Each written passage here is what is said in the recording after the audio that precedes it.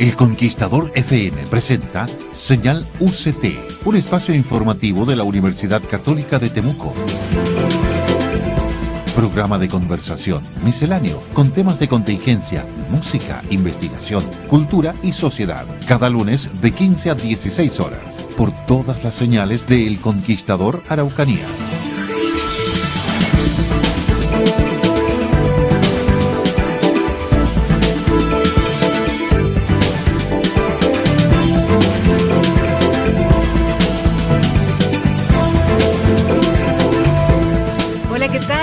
Saludarlos este lunes 4 de noviembre. Comienza el programa número 17 de Señal UCT, un espacio informativo y de conversación de la Universidad Católica de Temuco. Y como es habitual, me acompaña Francisco Javier Sepúlveda, director de Comunicación y Marketing de la UCT. Francisco, ¿qué tal? ¿Cómo estás, Gloria? Gusto en saludarte después de tantas semanas que habíamos estado ausentes de este espacio radial. Muy contento de estar de vuelta y con grandes invitados esta semana. Así es, hoy se nos viene un programa muy interesante. Y contingente. Totalmente. Sí. Así que, bueno, comentar que tenemos un invitado para este primer bloque y una invitada para el segundo bloque. Estamos transmitiendo en vivo y en directo desde Temuco para toda la región de la Araucanía en 3 frecuencias. Nos pueden seguir también por Facebook Live en CQ Temuco. Así es. Y con las señales digitales también de la Universidad Católica de Temuco, en Twitter, en Facebook, en YouTube y también en Instagram. Muy bien, quiero dar la bienvenida a nuestro primer invitado, el cientista político, académico e investigador de la Universidad Católica de Temuco, doctor Christopher Martínez. Christopher, bienvenido. No, muchas gracias por la invitación, feliz de estar acá. Bueno, contentos de tenerte para conversar de un tema del que todo Chile habla, todos estos días, día y noche. Y del que todos, de una u otra forma, somos parte de la contingencia, somos parte de esta sociedad que ha estado convulsionada, este movimiento social que creo que nadie dimensionó el tamaño, la envergadura de lo que está ocurriendo hoy día en Chile, y estamos todos un poco sorprendidos, pero me imagino que ustedes como analistas también, conversábamos fuera de micrófono, estamos experimentando un laboratorio in situ respecto a este movimiento social. ¿Cómo lo han enfrentado ustedes desde el ámbito de la gestión que tú desarrollas? Yo creo que una autocrítica al principio, principalmente por no haber sabido predecir concretamente bajo qué condiciones esto podía emerger. O sea, cuando uno mira hacia atrás un poco, y bueno, todos después de la guerra son generales, es fácil encontrar algunos puntos en común, pero efectivamente en las ciencias sociales, en ciencia política, sociología, se viene escribiendo hace un rato de este malestar profundo que estaba producto, por un lado, cierto, de las desigualdades, pero en ciencias políticas específicamente del rol de los partidos, que ese es algo que quizás ha estado invisibilizado un poco en las últimas semanas, especialmente los partidos de centro izquierda y de izquierda. En el fondo, como partidos que estuvieron 20 años en el poder no lograron canalizar, ¿cierto?, las demandas de la gente por una sociedad más igualitaria, ¿cierto?, en que los costos de salud, por ejemplo, de pensiones, los costos de la salud fueran más accesibles y en el caso de pensiones que fueran más generosas. Entonces, por ahí va un poco la explicación que se le está dando. Este movimiento que ha ido evolucionando, al que se han ido sumando demandas, no porque emerjan ahora, sino porque definitivamente los distintos sectores de la sociedad han también encontrado la oportunidad de hacer valer su voz, me imagino, desde ese punto de vista.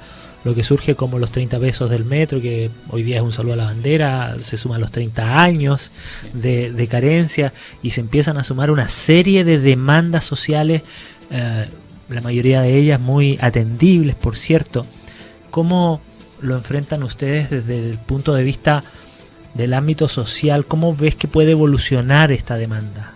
Mira, la demanda yo no sé si pueda seguir evolucionando hasta cierto punto. O sea, ya estamos hablando de reemplazar la Constitución y no se me ocurre un cambio más trascendental para la vida de un país que ese. Entonces, dentro de las cosas que conversamos quizá un poco antes al entrar, tiene que ver con cómo pasamos en 2 o 3 semanas de estas demandas del metro, de transporte, pensiones, salud, hasta reemplazar a la Constitución sin ningún tránsito.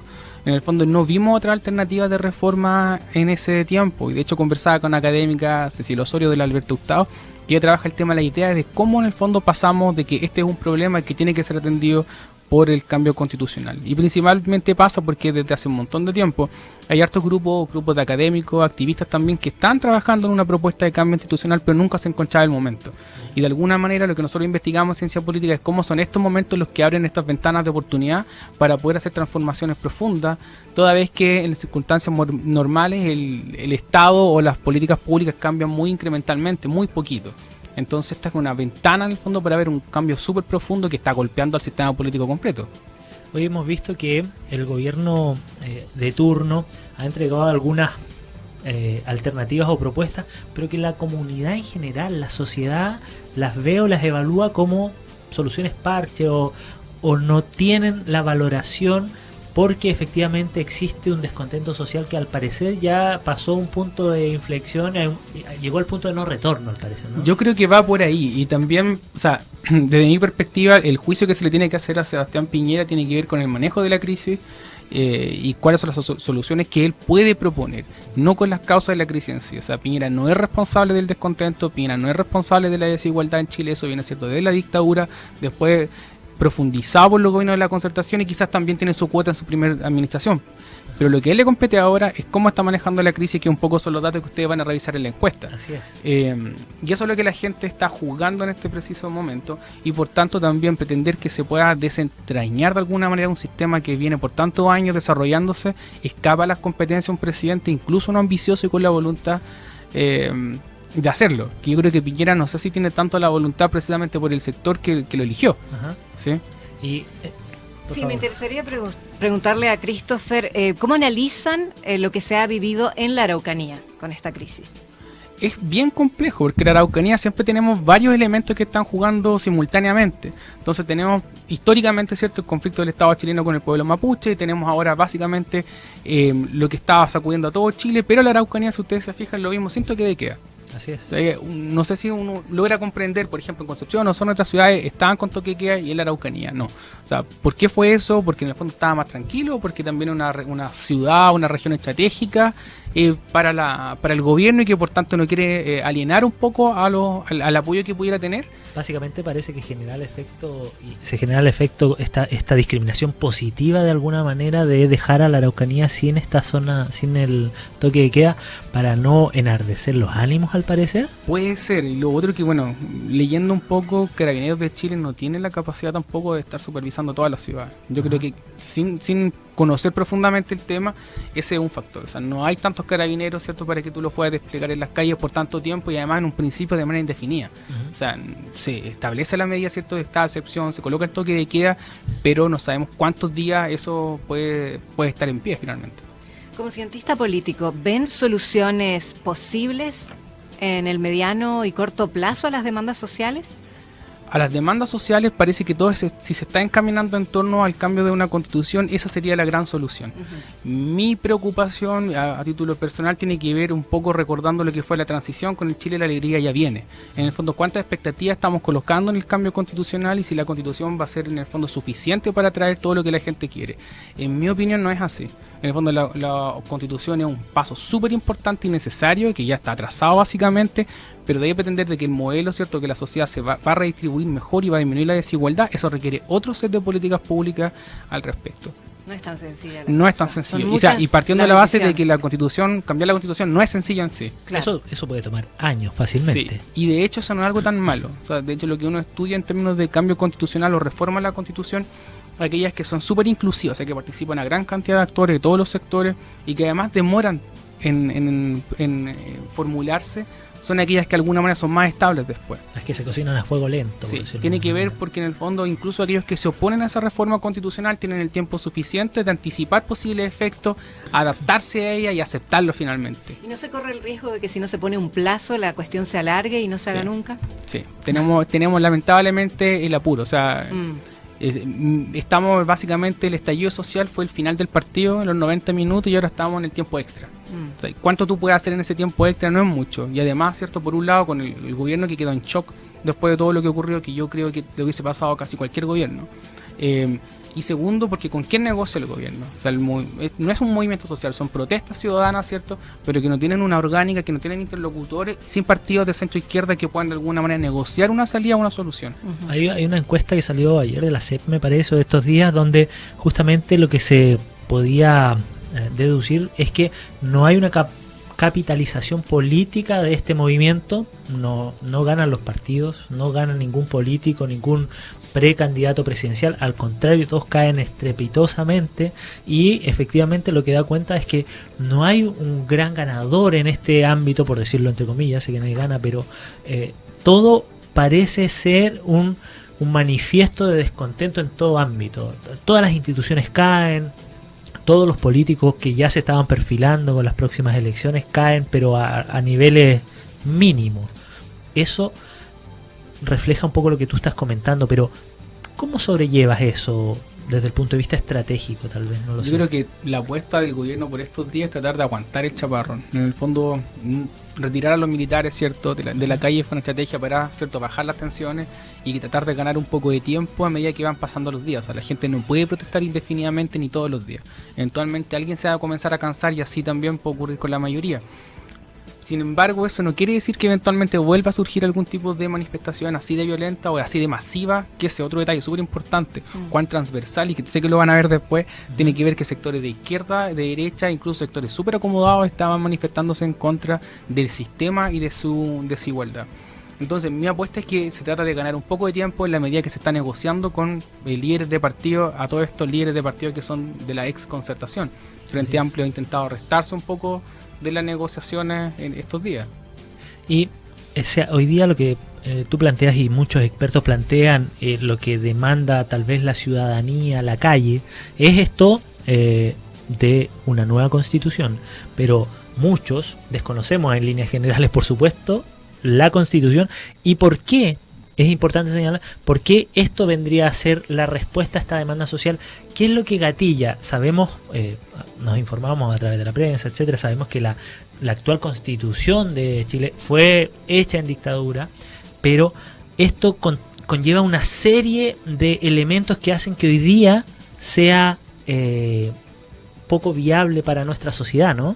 Claro, en el fondo tiene ese pecado original la Constitución. Además, una Constitución que ha sido reformada muchas veces. O sea, finalmente Ricardo Lagos en 2005 le saca la firma a Pinochet y coloca a un presidente elegido democráticamente. Sin embargo, la Constitución todavía mantiene ciertos elementos que restringen la garantía, especialmente lo que se trata de derechos sociales.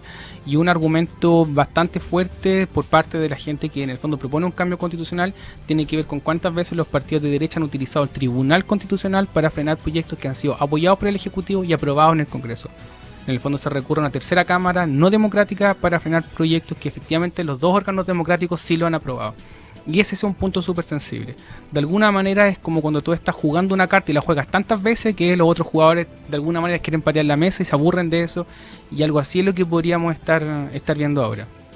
Se habla de que nuestra actual constitución avala un estado subsidiario, y eso viene a generar una serie de inequidades sociales que se arrastran a nuestros días y que demandan. ¿A qué deberíamos avanzar constitucionalmente? Bueno, las propuestas están orientadas a hacer un Estado más activo, especialmente en la provisión de bienes públicos y de servicios sociales. Por ejemplo, en áreas claves como es salud y como es educación y como es el tema de pensiones, mirando más al modelo europeo específicamente, que en el fondo tiene un Estado bastante grande en ese sentido. Yo creo que hacia allá se están encaminando las opciones de cambio. Ahora, lo que no está tan claro o en general es cómo nosotros vamos a realizar ese cambio constitucional. Porque si estamos en estas situaciones es porque tenemos partidos deslegitimados, ¿cierto?, con opinión sobre el Congreso súper baja. Entonces, ¿quiénes son las personas que van a hacer ese cambio constitucional en los próximos años? Sigamos hablando de la Constitución luego de un tema musical, ¿les parece? Vamos. Continuamos luego en Señal UCT. Seguimos junto a ustedes en Señal UCT y continuamos, por supuesto, conversando con Francisco Javier Sepúlveda y con el doctor Christopher Martínez, cientista político, académico e investigador de la Universidad Católica de Temuco. Estábamos hablando de Asamblea Constituyente, una de las demandas que más se han visto en los hashtags, ¿cierto?, en los carteles con los que sale la gente a marchar, y estábamos hablando del proceso constituyente. Hace años atrás hubo encuentros autoconvocados en todo el país. Sí. ¿Y qué pasó con eso? No pasó nada, o sea, finalmente Michelle Bachelet mandó la última orden de proyecto como 2 días antes de irse, y en el fondo quedó como bien agotado. Ahora, eso también se explica porque Bachelet estuvo 4 años, no tenemos reelección inmediata, y llevó a cabo 8 reformas súper importantes, además de lo que estaba viendo el cambio de la Constitución. Pero una de las cosas importantes tiene que ver con los encuentros autoconvocados, que de alguna manera representan un sesgo de clase. De hecho, un politólogo, Mauricio Morales, de la Universidad de Talca, él hizo un análisis y mostró que efectivamente esos encuentros tomaban lugar en las comunas más acaudaladas del país. ¿Qué quiere decir eso? Que de alguna manera las personas que más están sintiendo la desigualdad en este momento no participaban de ese tipo de encuentros. Y de hecho por eso que también se está discutiendo ahora el tema de volver al voto obligatorio. Es súper importante lo que tú estás comentando, porque hoy día están surgiendo estos cabildos ciudadanos, estos encuentros que tal vez o pueden ser autoconvocados y todo, pero ¿dónde se canaliza esa información? Porque vemos que hay participación, hay cobertura mediática, etcétera, pero luego de eso, ¿qué? Si no existe una vía formal o no existe una solicitud tampoco de esta información, nadie les ha pedido estos resultados. Es súper complejo porque en tiempos normales tiene que ver con que los cabildos en el fondo pueden hacer llegar todas estas solicitudes, todas estas demandas a sus representantes, en el caso del diputado o el senador, a quien corresponda. Sin embargo, estamos en un contexto que los partidos, los senadores, los diputados, la clase política en general está súper desprestigiada. Entonces tenemos ese problema que tú mencionas, Francisco. O sea, una vez que llegamos a estos acuerdos dentro de los cabildos, bueno, ¿cómo lo articulamos para que se transformen, por ejemplo, en una reforma o en una ley? Y eso es súper difícil. Y por eso es la importancia de los partidos políticos, porque esa es una de sus principales funciones, de articular todos los intereses a lo largo del país, ¿cierto? Y transformarlo en una política pública. Hay una encuesta que anda dando vueltas, ¿todavía está en Chilecracia, Christopher? Sí, todavía está en pie. Ajá. Bueno, ustedes también tienen su mirada respecto a eso. ¿Podrías comentarlo? Sí, lo que pasa es que Chilecracia lo que busca a través de un sistema súper sofisticado determinar cuáles son las preferencias de los chilenos, que en realidad participan vía Twitter. Ya tenemos un sesgo súper importante de quienes participan en redes sociales y quienes particularmente participan, por ejemplo, en Twitter, pero el principal quizás debilidad es que no reemplaza la acción política real. O sea, de alguna manera entrega una señal de lo que la gente quiere, pero no es lo que toda la gente quiere. Y por lo demás, bueno, una vez que sabemos que la gente, no sé, está preocupada por vivienda, ¿qué hacemos? ¿Cómo se moviliza eso? Entonces, como un esfuerzo, la verdad que yo creo que las ciencias sociales se agradece, pero de ninguna manera eso viene a complementar incluso lo que es el rol de las organizaciones políticas más tradicionales como los partidos. Y en esta ausencia que comentábamos fuera del aire que se puede ver, se puede percibir de los partidos políticos, ¿cómo deberían enfrentarlos? Porque una cosa es la responsabilidad de lo que tú comentabas, cómo el gobierno actual enfrenta esta crisis y cómo sale adelante.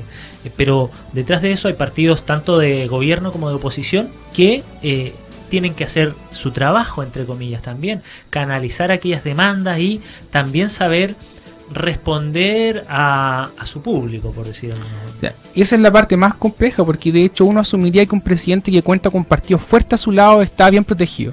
Y eso es lo que pasa con Sebastián Piñera. Tiene partidos en el fondo que son estables, que son históricos y que son relativamente fuertes electoralmente. Sin embargo, para él en este momento no es mucha ventaja tener esos partidos si enfrente no tiene con quién conversar, no tiene con quién negociar una salida o una solución a la crisis. El problema más grave es que los partidos de la exconcertación vienen dormidos precisamente en 2010. O sea, no logran rearticularse, estuvieron esperando que llegara Bachelet para los que lo llevara al poder nuevamente, y la única diferencia que tuvieron es que llegaron al Partido Comunista la segunda vez que estuvo Bachelet al gobierno. Pero en términos programáticos, en términos organizacionales, no han mejorado y de hecho durante la crisis han estado básicamente ausentes. Las voces que ustedes más escuchan o son de gobierno, ¿cierto? O por ejemplo son del otro extremo, que tiene que ver con los partidos del Frente Amplio y el Partido Comunista. Pero la verdad, como tú también decías, no hay ningún líder que en algún punto esté de alguna manera capitalizando toda esta debilidad institucional. No hay nadie en la centroizquierda y en la izquierda que esté diciendo, bueno, esa es la persona que yo quiero que nos lidere y que nos lleve a alguna parte. O sea, ni siquiera está eso. Están las demandas y nada más. ¿Cómo se puede avanzar de esta manera? La sociedad, como tú decías, está viviendo estos tiempos que son bien convulsionados, que tienen a Chile trabajando a media máquina, viviendo a media máquina en todos los sentidos posibles, pero esto va a llegar a un punto en que la sociedad va a tener que seguir adelante en el día a día, y eso es peligroso también para llegar a buen puerto con estas demandas legítimas, en su mayoría, estas demandas sociales. Claro, en el fondo el primer objetivo que tiene que cumplir el gobierno en este caso para ir saliendo de la crisis es mostrar señales concretas, y el primer paso que podía hacer era el cambio de gabinete y falló parcialmente. O sea, no hubo la renovación que todos querían, salió Chadwick, lo que sí muchas personas deseaban, pero en términos de renovación social, por ejemplo, que existieran ministros que vinieran de regiones, ausentes, siguen llegando, ¿cierto?, de los mismos colegios que llegan siempre y de las mismas 2 universidades que llegan siempre. Entonces el tema tiene que ver con cómo se articulan ciertas propuestas, por ejemplo en el tema de pensiones. Mario Desbordes, de hecho, presidente de Renovación Nacional, ha hecho bastante avance, incluso más que el propio gobierno en algunos puntos, para empezar a mover esta agenda social. Mario Desbordes dijo que había que revisar, por ejemplo, el tema de la deuda en términos de educación. El CAE, por ejemplo, que es un crédito brutal que aprobó, ¿cierto?, el gobierno de Ricardo Lagos. Así es. Sí. Entonces, ese es el tipo de señales que quizás la gente no sé si está esperando. Definitivamente no son suficientes, pero son las que te van a llevar a avanzar de un día a otro por lo menos y ganar una semana y después otra semana. pero alguien tiene que articular las demandas que se están presentando ahora. En salud hay muchísimas demandas y sigue Sí. el ministro. Sí. En educación lo mismo. Sí, si ustedes se fijan también el tema, esto empieza con transporte y la ministra también sigue Sí, ahí. sí. Exactamente. Ministerios claves en donde no hubo un cambio y no se sintió nada del Exacto. cambio de gabinete. Ahora, este movimiento que hoy día se vive en Chile no es nuevo en el mundo, digamos. Ya en el 2008 comienza en Oriente, en Asia. Con las crisis también comienzan a manifestarse estos movimientos sociales. ¿Crees que hay algún parangón con otro movimiento en el mundo? No Christopher? tanto, de hecho en términos de crisis de gobiernos, cuando uno las compara en América Latina, Chile es el primer país que está teniendo una crisis como esta, sin tener recesión económica, sin tener al presidente investigado por escándalos de corrupción, sin que haya una crisis constitucional como en otros países que el presidente, por ejemplo, buscaba cerrar el Congreso. Entonces estamos como en territorio donde no hay mapa en este momento. Y yo creo que por eso también fue tan difícil prever una semana antes y saber qué hacer los días posteriores a la erupción de esto. O sea, pasar de unas semanas atrás de ser un oasis en Latinoamérica, tremendo, a estar a estas desafortunadas comentarios de que estamos en guerra, es bien lamentable Sí, también. ese es el tipo de cosas que la gente sí puede evaluar a Piñera y sí lo puede juzgar por el manejo de la crisis. O sea, decir estamos en guerra con los militares detrás, definitivamente no ayuda. Por supuesto que no podemos olvidar a los muertos, que son muchos, Sí. y a todas las Lamentablemente. personas que han perdido un ojo. Así es. Ajá. Herido decenas. Sí. Decenas. Miles de heridos, sí, se están empezando a transparentar las cifras porque el INDH dio unas cifras, pero también la Cruz Roja ahora también está dando sus cifras, Exactamente. porque ellos atienden a las personas en las manifestaciones y esos no Hoy van día a un hoy día recinto estaban asistencial. comentando justamente Claro, eso, sí. exactamente. Bueno, lamentablemente tenemos que terminar este bloque, Francisco y Se pasó Christopher. volando. Ha estado muy buena la conversación. Agradecer nuevamente la presencia hoy en nuestro estudio aquí en Señal UCT del doctor Christopher Martínez. Muy amable, Christopher. Muchas gracias. Muchas por gracias a venir. ustedes. Bueno, nosotros tenemos que ir a una pausa muy breve y luego continuamos en Señal UCT.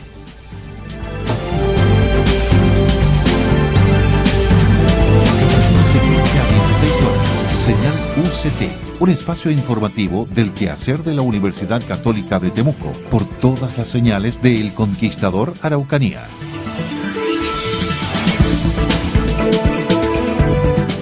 Y comenzamos el segundo bloque de este programa número 17 de Señal UCT.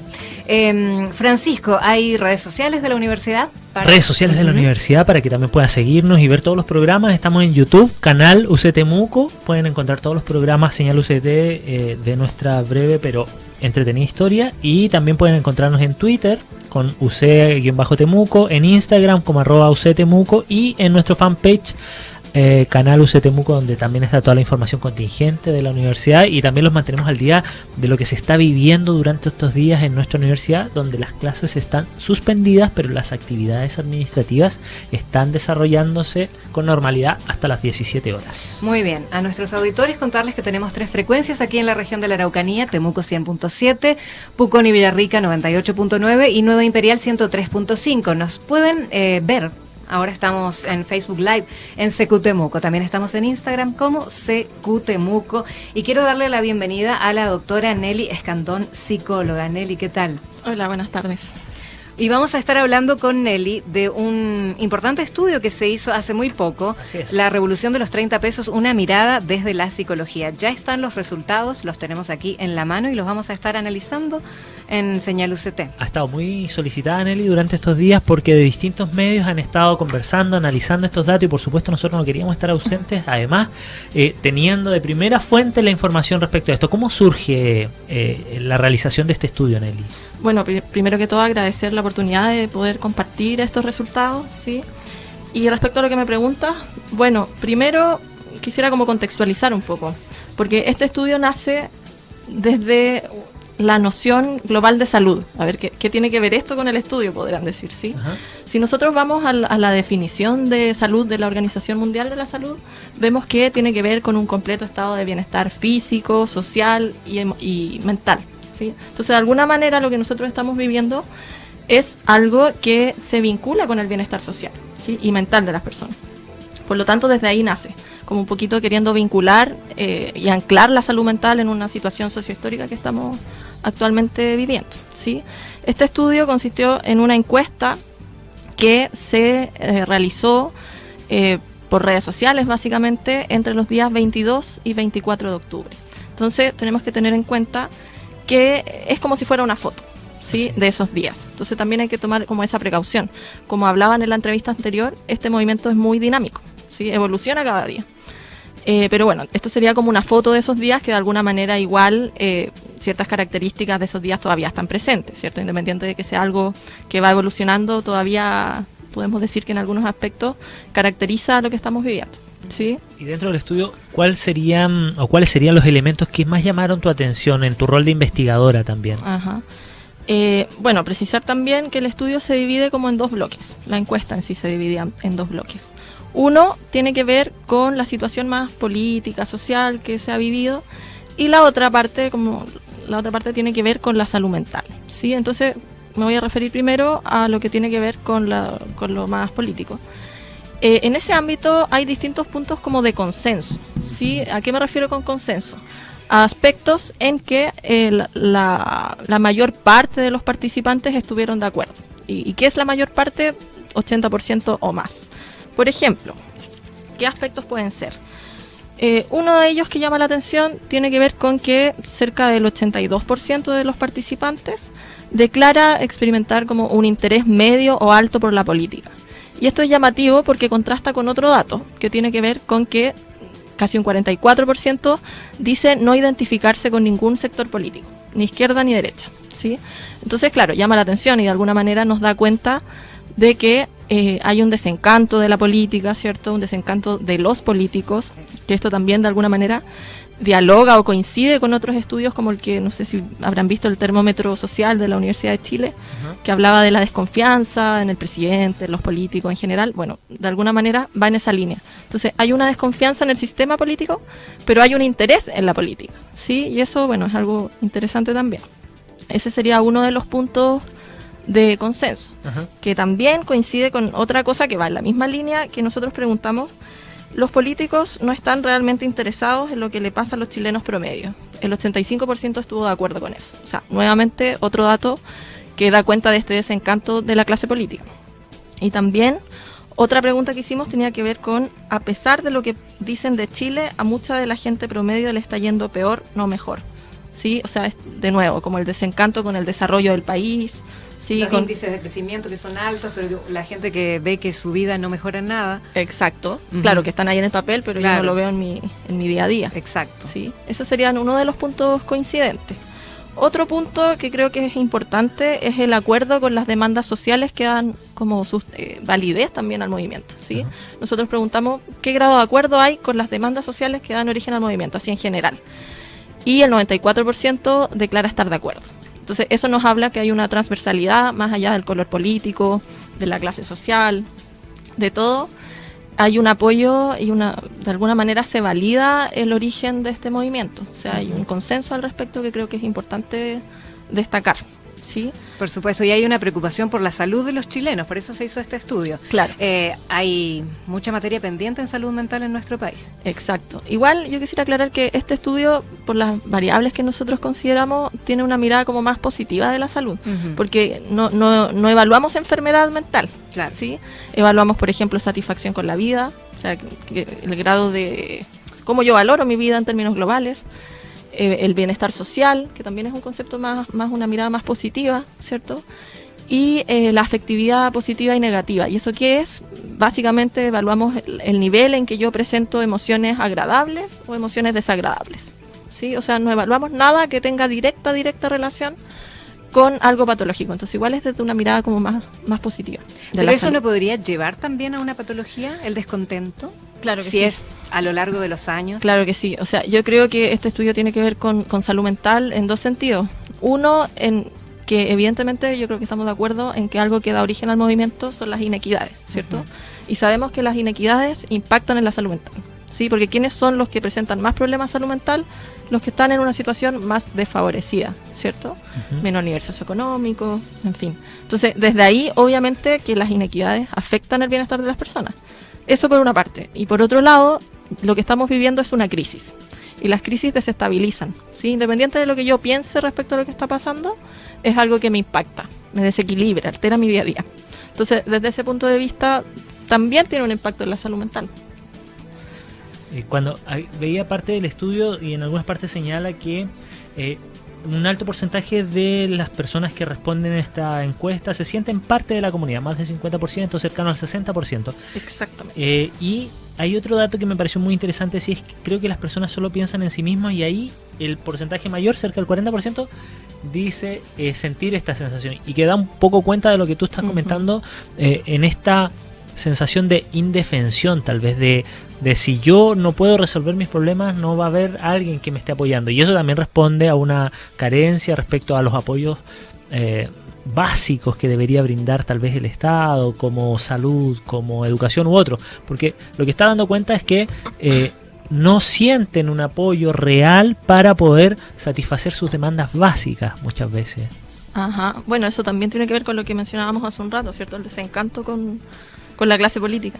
Ajá. Y lo que tú señalas es algo que se relaciona con el concepto de bienestar social, ¿sí? Con cómo yo de alguna manera valoro a la sociedad en la que estoy, ¿sí? En términos muy amplios. Y ese concepto tiene distintas dimensiones, ¿sí? Y uno de ellos tiene que ver con la integración social. Si yo me siento parte de una comunidad, ¿sí? Y ahí veíamos que el 58% se siente parte, o sea, más de la mitad de alguna manera declara de forma clara el sentirse parte de una comunidad. Sí. Yo creo que de alguna forma todo el movimiento social igual aporta ese sentido de comunidad, ¿sí? Pero quizás por otro si lado, se hiciera el estudio ahora, esa cifra crecería, ¿cierto? o sea, yo creo que los resultados dependen mucho del momento. Por Igual, supuesto. si hubiéramos hecho esto antes de que todo esto pasara, por ejemplo, es 2 una semanas opinión ya. antes. Claro. Pero el interés por la política tal vez no hubiera salido tan alto, no lo sé. Sí, Claro. eso ya es especulación. Claro. Pero me imagino que el momento en sí influye mucho. Pero también dentro del estudio hay otra pregunta que es bien decididora cuando se les consulta si sienten que están en guerra a propósito de las, a mi juicio, desafortunadas intervenciones que ocurrieron y que señalaron que estábamos viviendo una guerra, etcétera. Casi el 91% de las personas transversalmente señalan que que están en desacuerdo con que estemos viviendo una guerra, entre comillas. Y eso también da cuenta de que estas demandas no tienen mucho que ver con un conflicto, sino con una respuesta, buscar resultados, más que generar un conflicto por un conflicto. Exactamente. De hecho, no lo mencioné, pero eso es uno de los puntos de gran acuerdo en la muestra, como dije al principio. Como tú señalas, el 91% está en desacuerdo con el planteamiento del presidente, que yo también considero desafortunado, Ajá. respecto a que estamos en guerra. Y eso también dialoga de alguna forma con otro resultado que tiene que ver con el uso de la violencia. Nosotros preguntamos el grado de acuerdo respecto al uso de la violencia por parte de algunos manifestantes y también preguntamos el grado de acuerdo respecto al uso de la violencia de algunos militares y policías. Y también yo diría que en términos generales el rechazo al uso de la violencia es transversal. ¿sí? Para ambos Para lados. ambos. Sí, pueden haber algunas variaciones según edad, según algunas cosas, pero las cifras son bastante altas. O sea, cerca del 80% desaprueba el uso de la violencia, venga de donde venga. Sí. Bueno, vamos a seguir hablando de esta mirada desde la psicología a esta denominada revolución de los 30 pesos. Vamos a un tema musical en Señal UCT y luego seguimos junto a ustedes.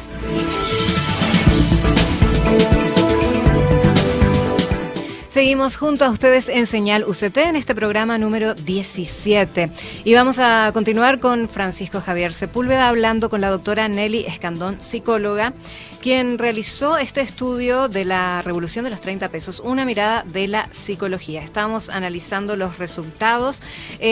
¿Participaron más mujeres en la encuesta? Exactamente. Sí, me faltó referirme a eso. Voy a describir un poco las características de los participantes porque es bueno tenerlo en contexto para entender mejor los resultados, ¿cierto? Fueron 771 participantes de distintas zonas del país.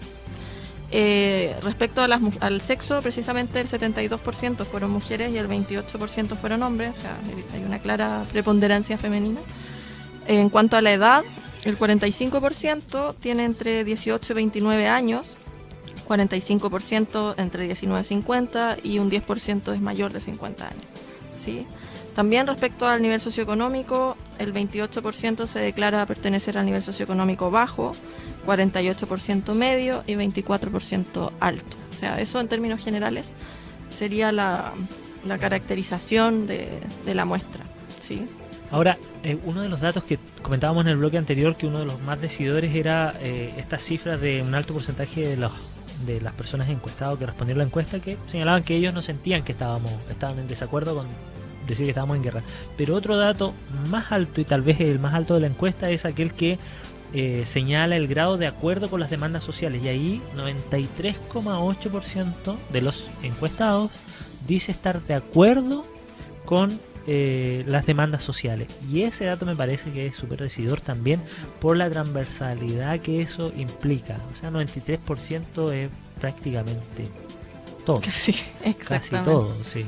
Sácale Sí. el error muestral ahí y ya sigue subiendo el porcentaje, baja un poquitito, pero que 9 de cada 10 personas esté de acuerdo, también da cuenta de que estamos viviendo un fenómeno muy distinto a posibles fenómenos anteriores, ¿no? Exacto. ¿Y eso tiene directa relación con las personas que han salido a la calle a manifestarse o han sido parte de los cacerolazos desde sus hogares u otro recinto? Aquí el estudio indica que un 67,7% sí ha salido a la calle o ha participado de cacerolazos. Exacto, que es una cifra bastante alta, Sí. yo creo, porque, claro, es participación, pudiéramos decir, real, ¿cierto? Porque además nosotros preguntamos si han manifestado, por ejemplo, su opinión en redes sociales, que también pudiera ser entendido como una forma de manifestación, ¿cierto? Ujú.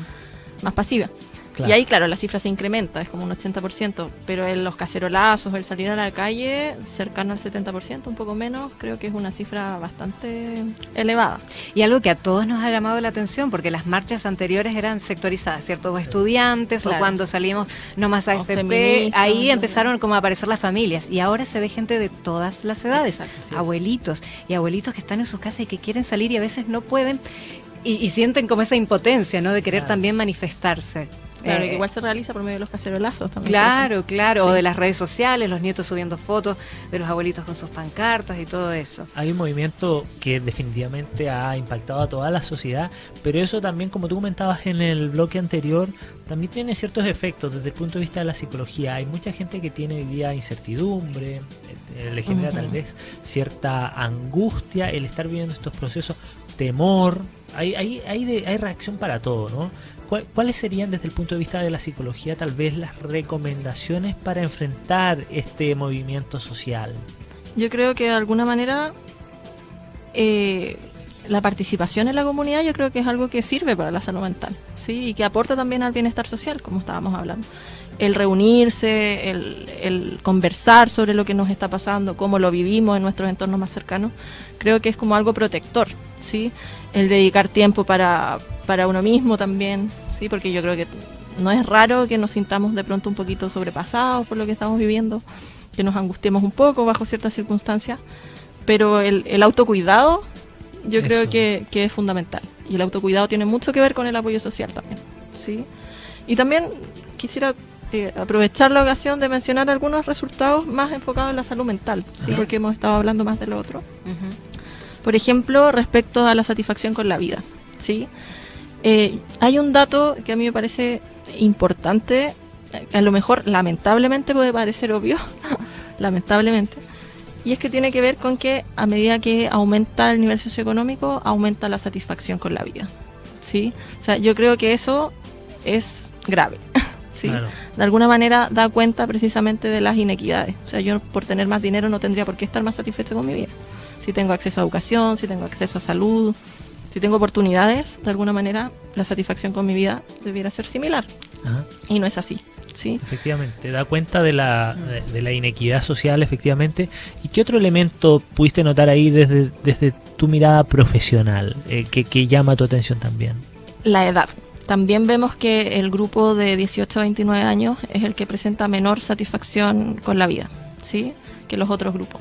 Y yo creo que también habla de lo que, o sea, decíamos que la participación ciudadana es transversal a todas las edades, pero probablemente sea mayor en ese grupo de edad, ¿cierto?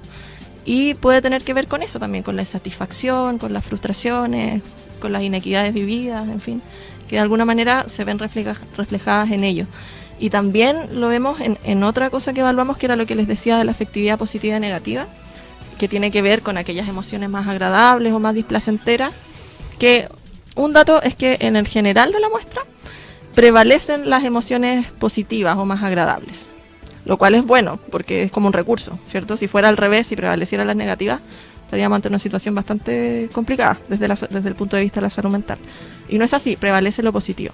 Sin embargo, en el grupo de 18 a 29 años, los afectos negativos, desagradables, qué sé yo, la ira, el miedo, en fin, distintas emociones más desagradables, son mayores en ese grupo. Entonces, si tomamos esos dos datos, más afecto negativo, más emociones desagradables, mayor insatisfacción con la vida, o sea, creo que de alguna manera explica la alta participación de esos grupos etarios en esta movilización.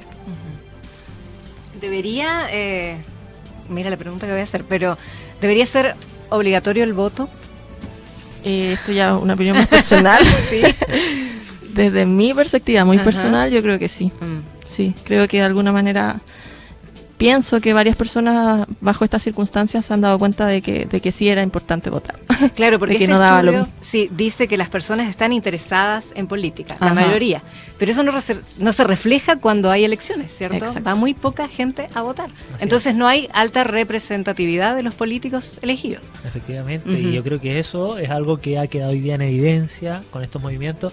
Y bueno, las próximas elecciones que son a fin del otro año, municipales si no me equivoco, en octubre del 2020, pueden ya ser el primer muestreo de cómo esta movilización genera un impacto directo en las próximas elecciones, y después en las presidenciales se verá reflejado este descontento social que no tiene que ver necesariamente con partidos ni con sectores, sino que tiene que ver con una demanda social respecto a todo lo que estamos viviendo en los distintos ámbitos. Yo creo que de alguna manera todo esto ha evidenciado el poder que tiene la participación ciudadana y el impacto que puede tener. Por lo tanto, creo que puede fortalecer el voto.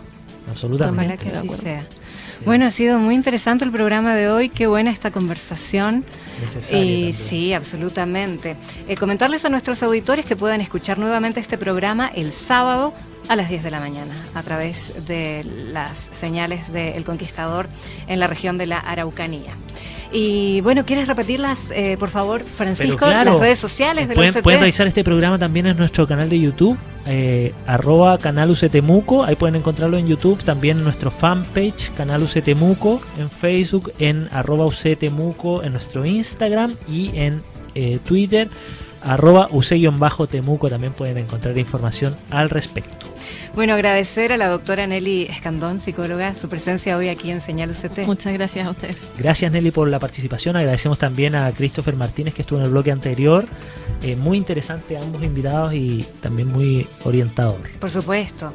Así que esperamos que les haya servido este programa de conversación, programa informativo de la Universidad Católica de Temuco. Será hasta el próximo lunes. Dios mediante, por supuesto, claro. Claro que sí. Que estés muy bien, Francisco. Gracias, Gloria. Muchas gracias. Y nos vemos. Hasta el próximo Señal UCT. Que estén muy bien. Chao.